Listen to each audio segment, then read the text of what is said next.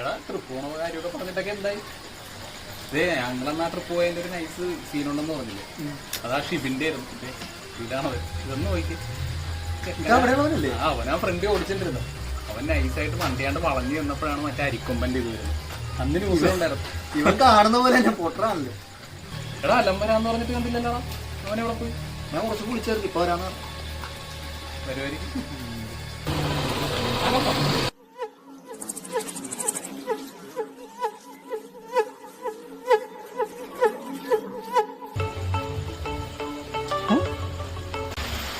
ഇതെന്താ അലം വിളിക്കുന്നത്?